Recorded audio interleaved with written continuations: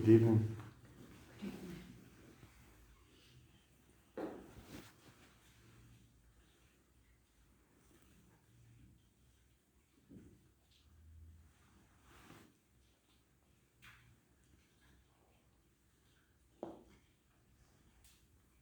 I suggest that we do this practice because everything is impermanent.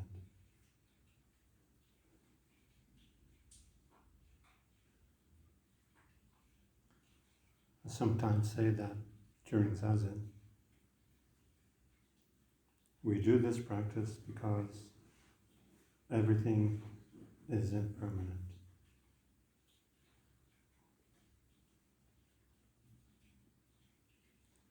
In one sense, we're all deeply affected by the impermanence of things. And from time to time, we need a way to ground ourselves. We could say to find our feet on a sinking ship, to find stability in the midst of change.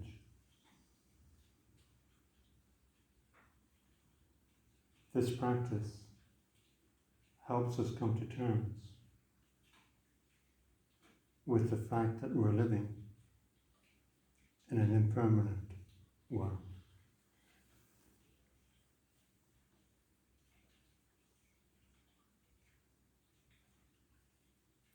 But I prefer during Zazen just to say, we do this practice because everything is impermanent.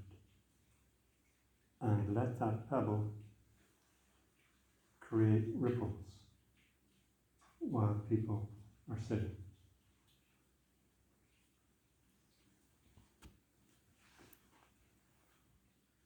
So having said that, it's good to be here.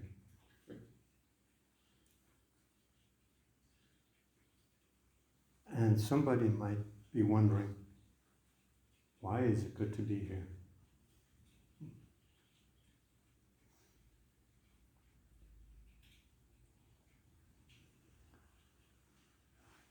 It's good to see the hills, the valley, the river. And last night, you could see the clouds and the moon. And it was really a beautiful night for the ceremony that we had. It's good to be here.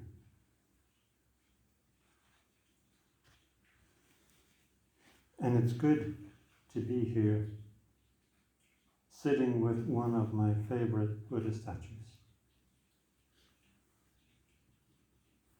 The Buddha with a broken skull. Sitting still, in the midst of impermanence. What a beautiful teaching in that statue.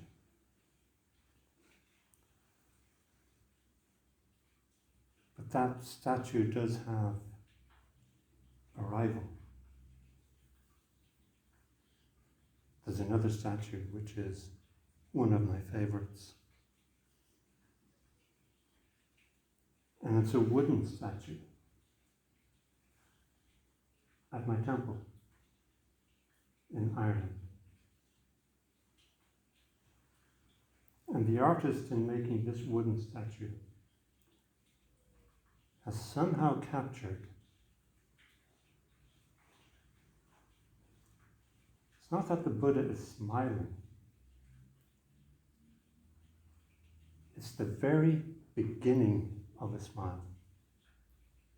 It's like when you see somebody and you know they're about to smile. That moment before they actually smile. And I like that. And because it's wood, it's got kind of soft, warm tones. The head is a little bit turned. There's the faintest crease in the lips. And the cheekbones are just slightly raised. You have to be meditating for a while before you see that there's a smile about to break out. Very much unlike this one here. It's a little bit like me, has a bit of a headache at the moment.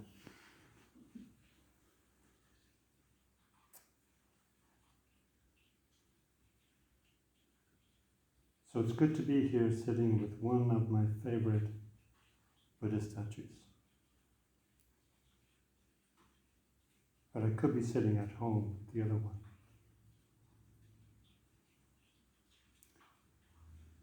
What really makes this good is coming here to sit with you, the new faces and the familiar faces. This is like coming here to sit with friends and to see how the Sangha is growing. It's growing outwards, that's the new people coming in. But it's also growing roots, deeper roots. It's taking hold. There's a sense of a growing depth. And that becomes apparent when I sit with you and when we do ceremony together.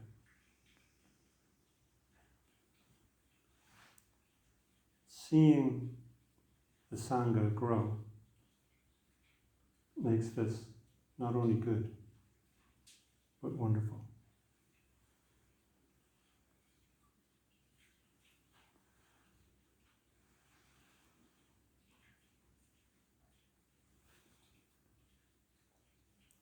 Hopefully I've given some of you the thought. I must go over to Ingen's place and see this statue.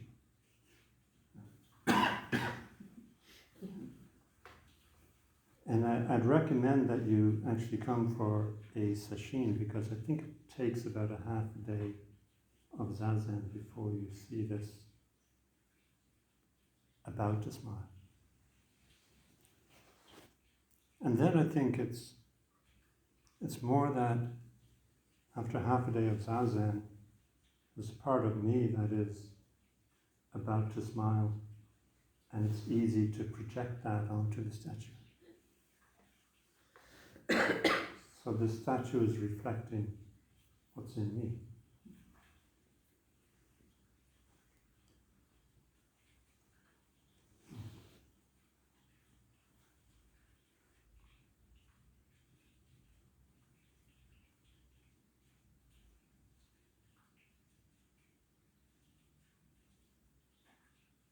We do this practice because everything is impermanent. As David Kalupahana said, the teachings of Buddhism are there to help us cope with the vicissitudes of life, or the hazards of life.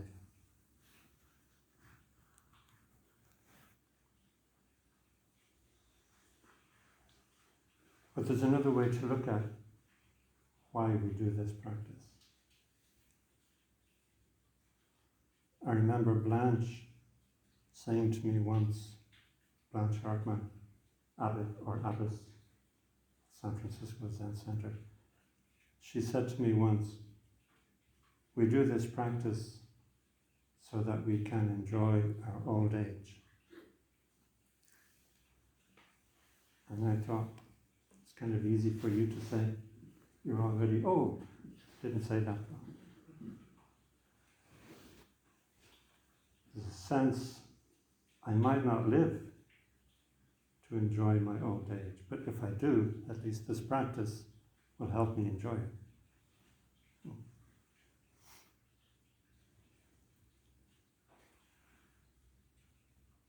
My Zumi Roshi used to say, we do this practice so that we can appreciate our life.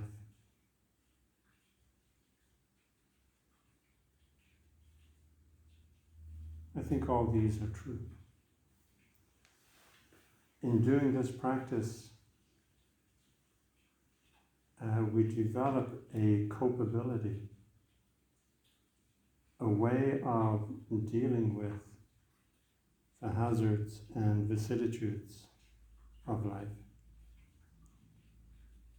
And we also develop this ability to appreciate our life, to appreciate its twists and turns, to appreciate the journey that is our life, to appreciate the nooks and crannies of our life. It turned out this way and not that way. You make a decision to move from London to Hebden Bridge, and your story is this. Or you make a decision to go to California and ordain, and your story is this. You make a decision to have a baby, and there's at least a 25-year commitment, and your story is this.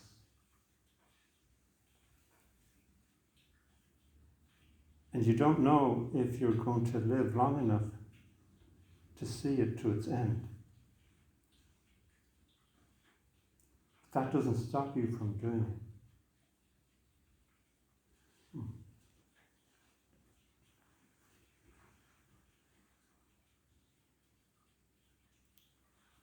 So we get to appreciate our story,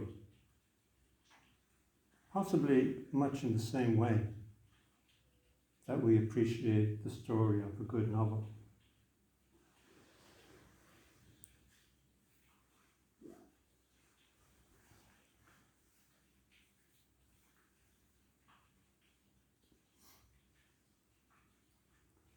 In our day-to-day life,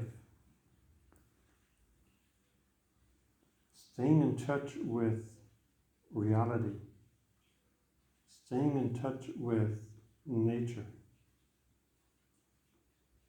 staying in touch with a sense of contemplation and reflection, that can be greatly helped by what we read, by what we digest or ingest, whether it's poetry, songs, novels.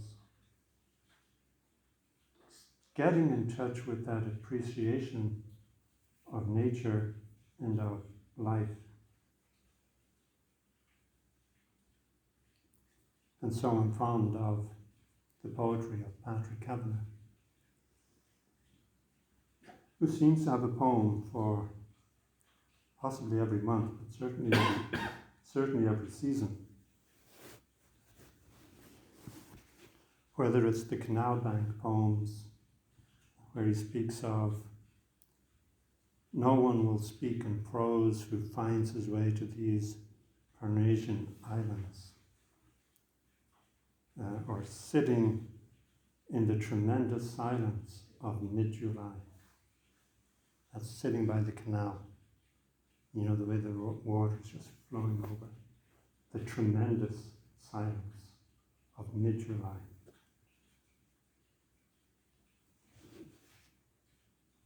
Or in May, with her own name there and her dark hair like clouds over fields of May.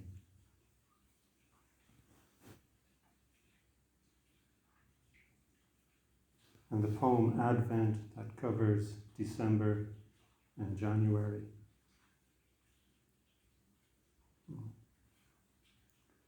At this time of year,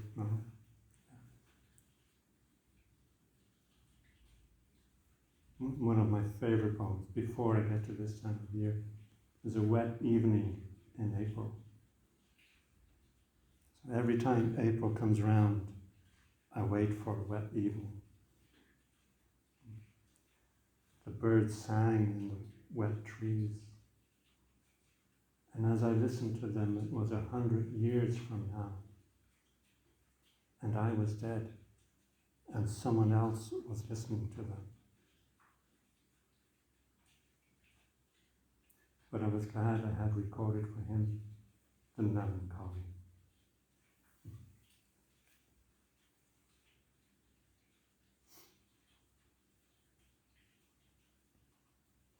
This time of year, I'm much more inclined to think of his poem, Memory of My Father. He says, every old man I see in October-coloured weather seems to say to me, I was once your father, when he had fallen in love with death, one time when sheaves were gathered.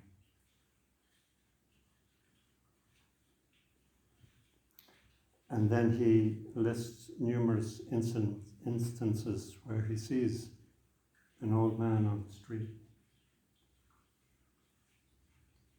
and then concludes with the same opening stanza, or almost the same. Every old man I see in October-coloured weather seems to say to me, I was once your father.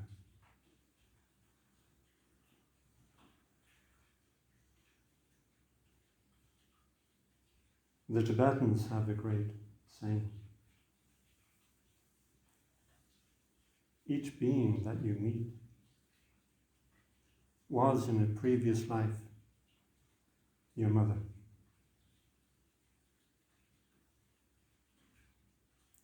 And without getting into how can that be or whether it's true or not, just the sense of it. It's an expression as to how deeply connected with each other that we are.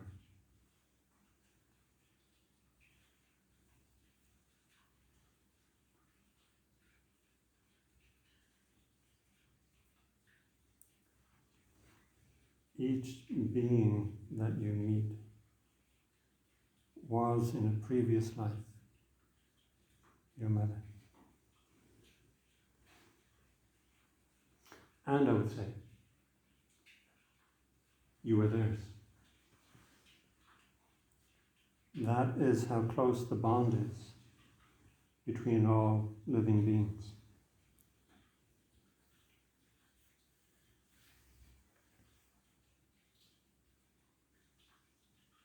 So as we sit,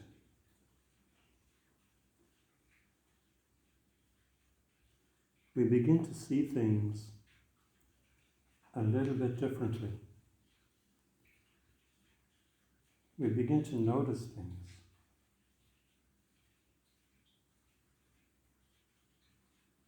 Because in sitting, we're letting go of trivia. A space inside us opens up, and we notice, maybe you notice the emerging smile on a Buddha statue, or somehow the arrangement of the room speaks a hidden message to you.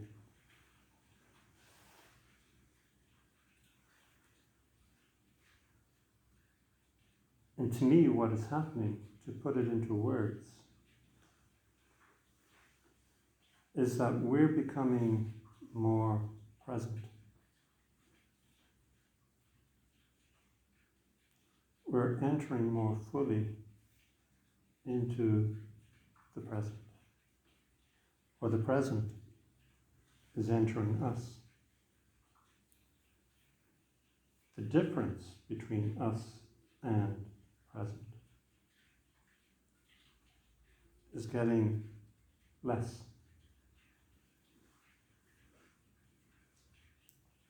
And in that spaciousness that comes from being present, we're actually able to see and notice more.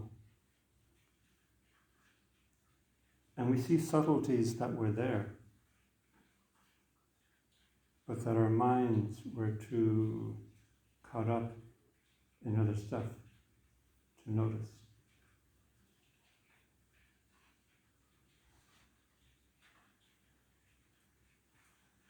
And if we do this practice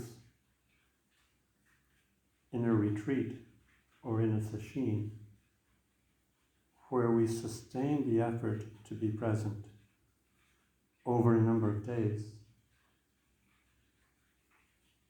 then that has time, more time, to manifest and become apparent.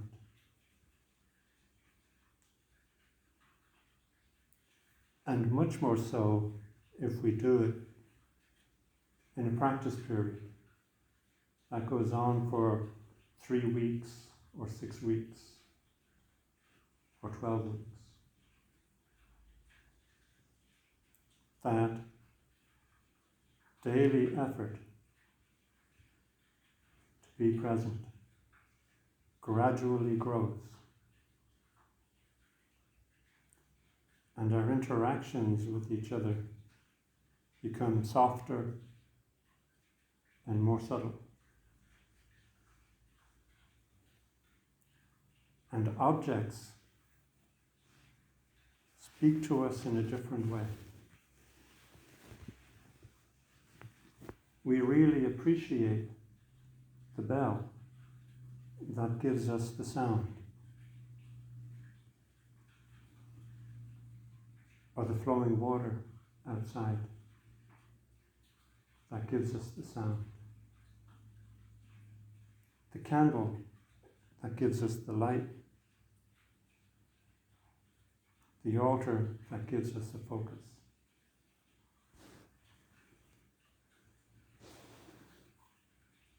We develop or open up to the ability to appreciate the world we inhabit.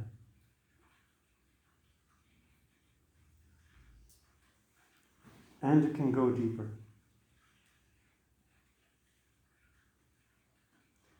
In the Tenzo Kyokun, Dogen's instructions to the Tenzo, I think that's where it is. He talks about the pots and pans that we use for cooking as being the very eyes of the Buddha. And that might sound absolutely ludicrous.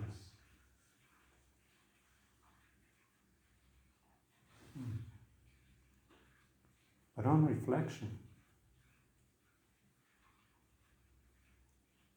without objects to see, there is no seeing. These objects give birth to our eyes. And the same goes with the other senses. Without this world of objects, we have no life.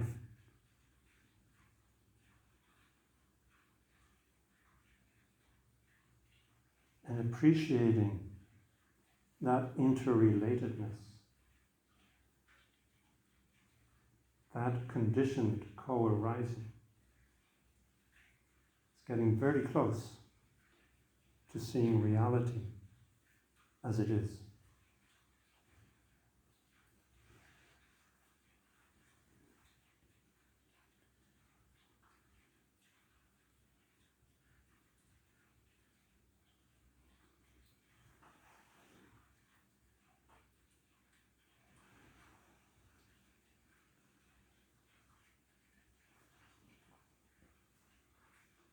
when we were in Stoke Ferry,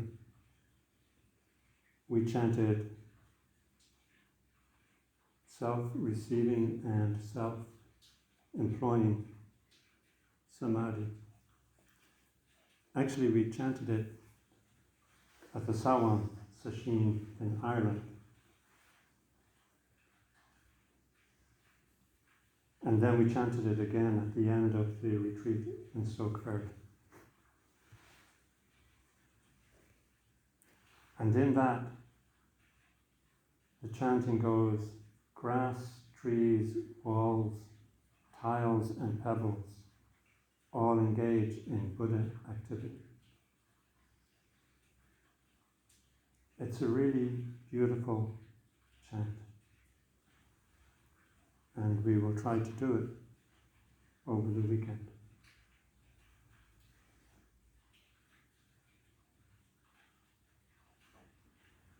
How our life codepends on the world we live in.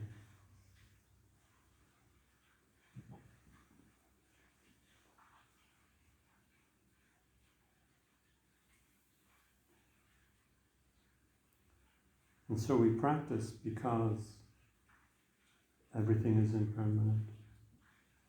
We practice so that we can enjoy our old age. And we practice so that we can appreciate this life.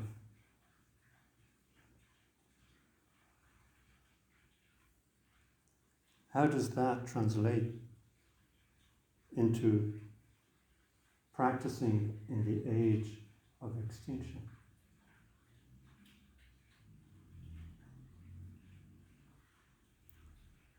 Scientists tell us that we are in the 6th mass extinction.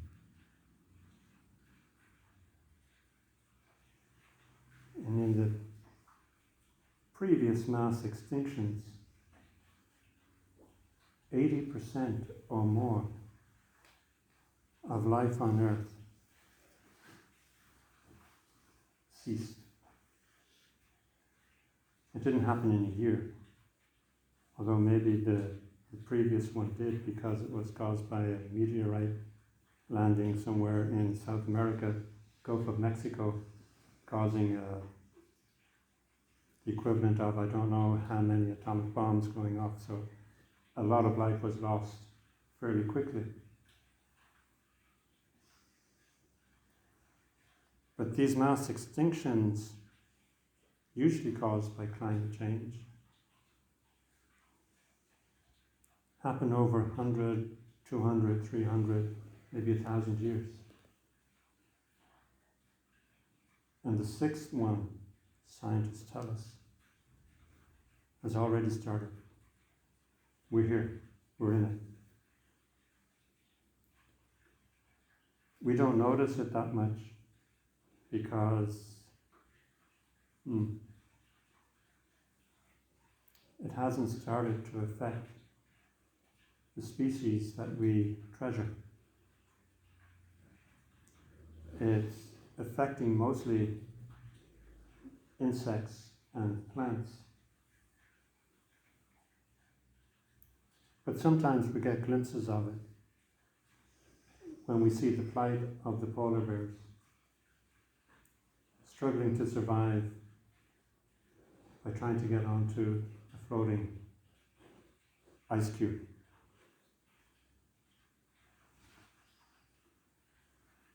And we probably won't feel as though it's happening until species that we love, value, cherish, until they start going extinct. How will we feel if we lose the elephant, the giraffe, the lion, tiger?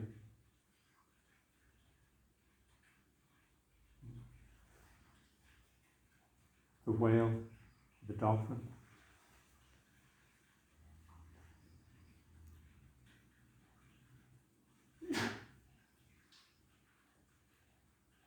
how do we practice in the midst of this?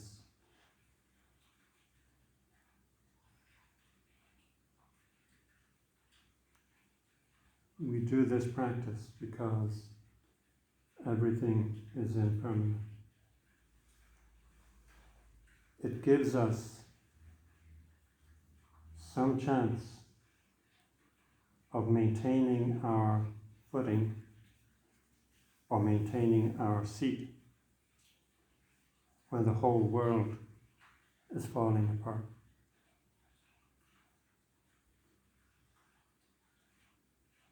When we see catastrophe on TV or on the internet,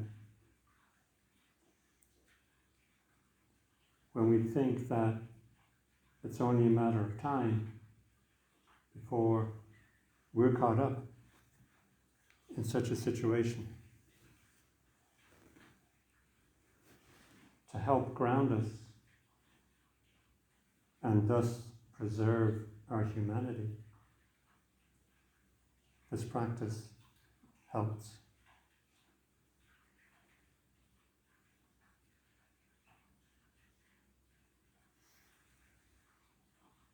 And we can also appreciate it might never happen.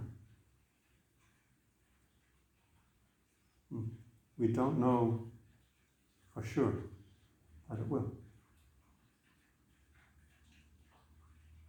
But if it doesn't, something else will. Sooner or later, something will happen that causes this body or this mind to go into a demise.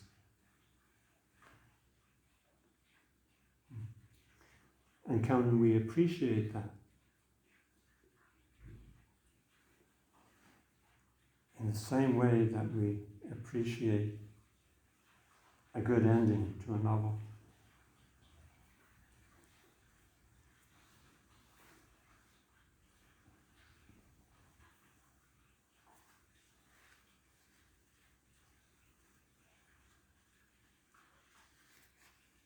I remember on one of the weekend retreats we did here, and I think it was in this zendo. We've had numerous zendos. Upstairs, across the way, Hope House, Co-op, no, what's it called? The Nutcliff Cooperative, yeah. So I think we did a weekend retreat here, and I think it was Kate who said, after doing a day, she went home, and I think it was she poured water into the cat's bowl, and she heard the water going into the bowl like she had never heard it before.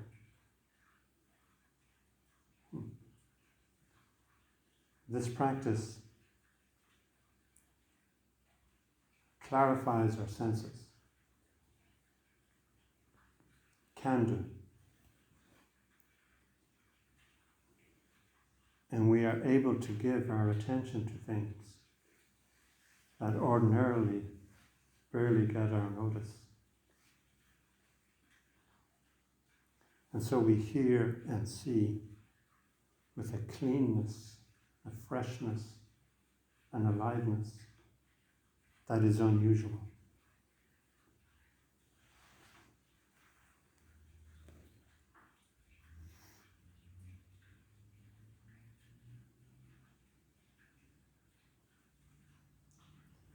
In doing this practice, we become more present, and eventually we become present. We become that present.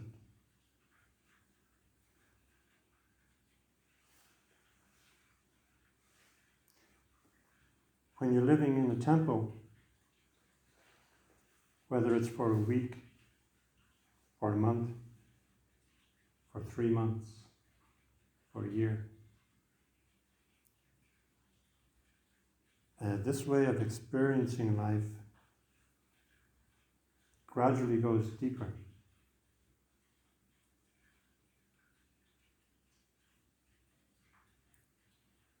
And you know that it takes hands to chop carrots, or it takes hands to break eggs, for making an omelette, or making a cake. And throughout the temple, hands are moving. Hands to repair doors that broke. Hands to dig drains for the rain to flow freely into the river. Hands to chop carrots. Hands to ring bells. Hands to offer incense.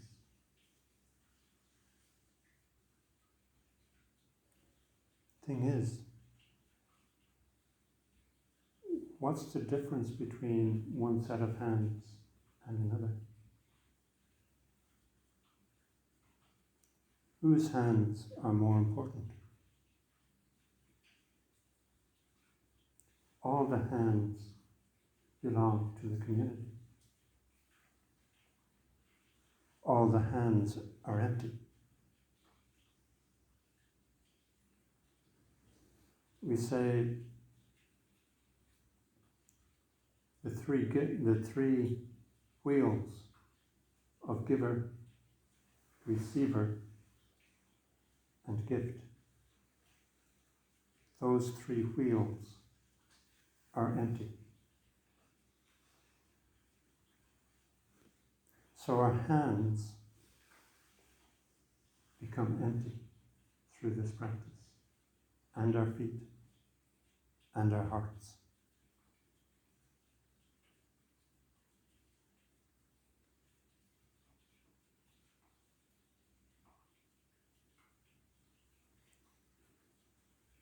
In sitting with somebody,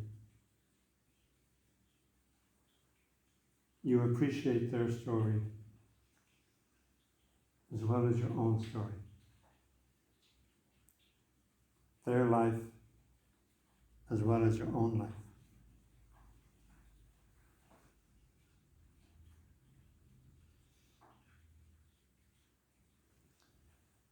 And we say, it takes a Buddha and a Buddha. You don't really get to experience your own enlightenment unless somebody else is getting to experience theirs. It takes a Buddha and a Buddha. You only experience your own emptiness when you experience somebody else's.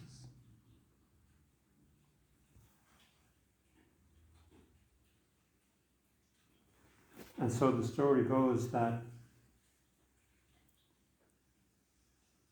when Shakyamuni Buddha, well, it wasn't Buddha at this stage, when Siddhartha Gautama sat up all night,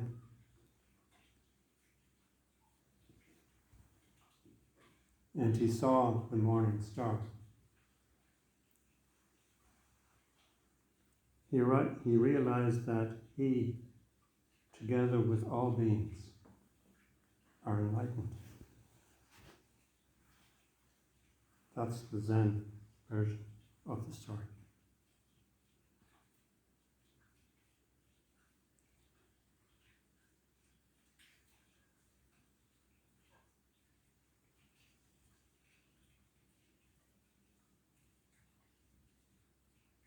Returning and returning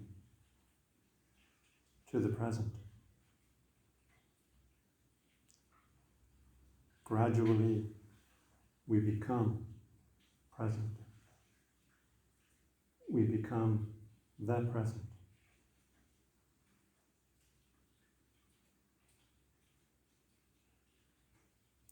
We become the present for each other.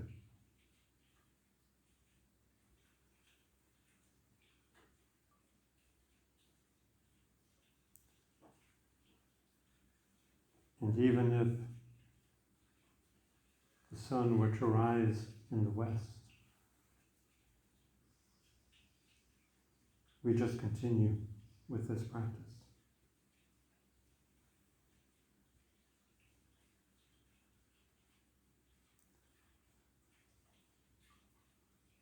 I'd like to conclude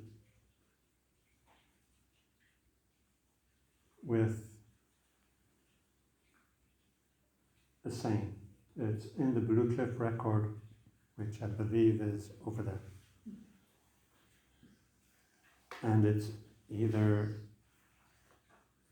84, there's 100 comments. It's 84, or it could be 96, or it might even be both. Sometimes they get repeated with slight differences.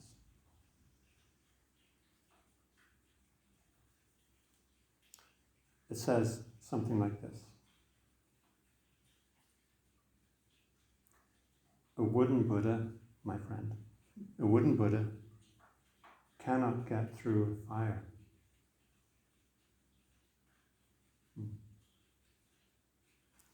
A clay Buddha cannot get through water. A gold Buddha or metal Buddha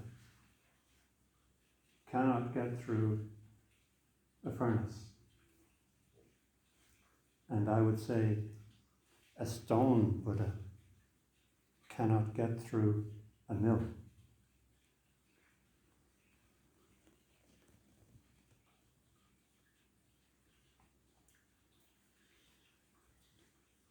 And then it says,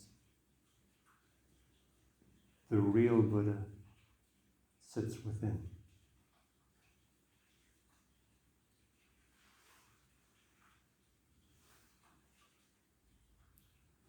There is one final thing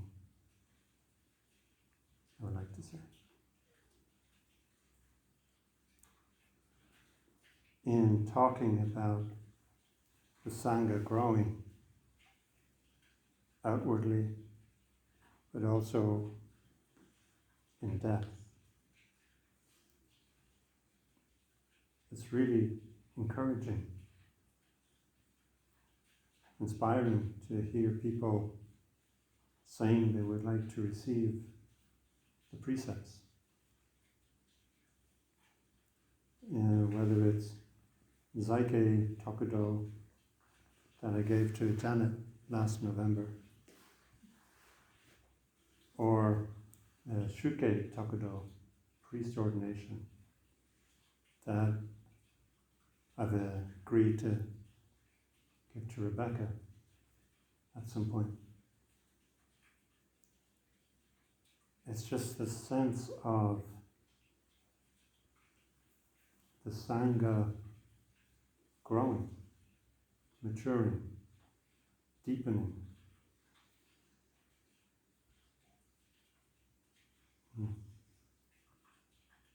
So maybe in a year or a little bit more, if you still want it, we have a ceremony here or at my temple in Ireland where Rebecca will receive 16 Bodhisattva precepts in new name, the Buddha's eating bowls and robes.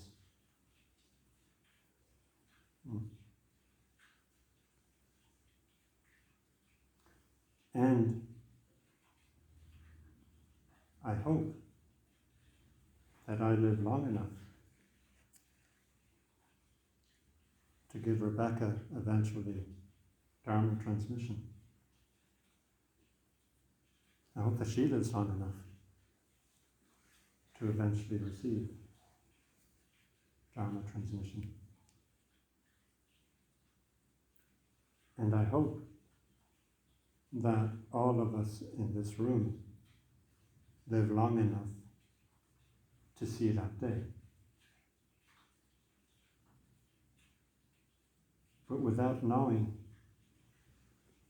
what the answer is, we continue. We proceed. This is our practice. Going into the great unknown.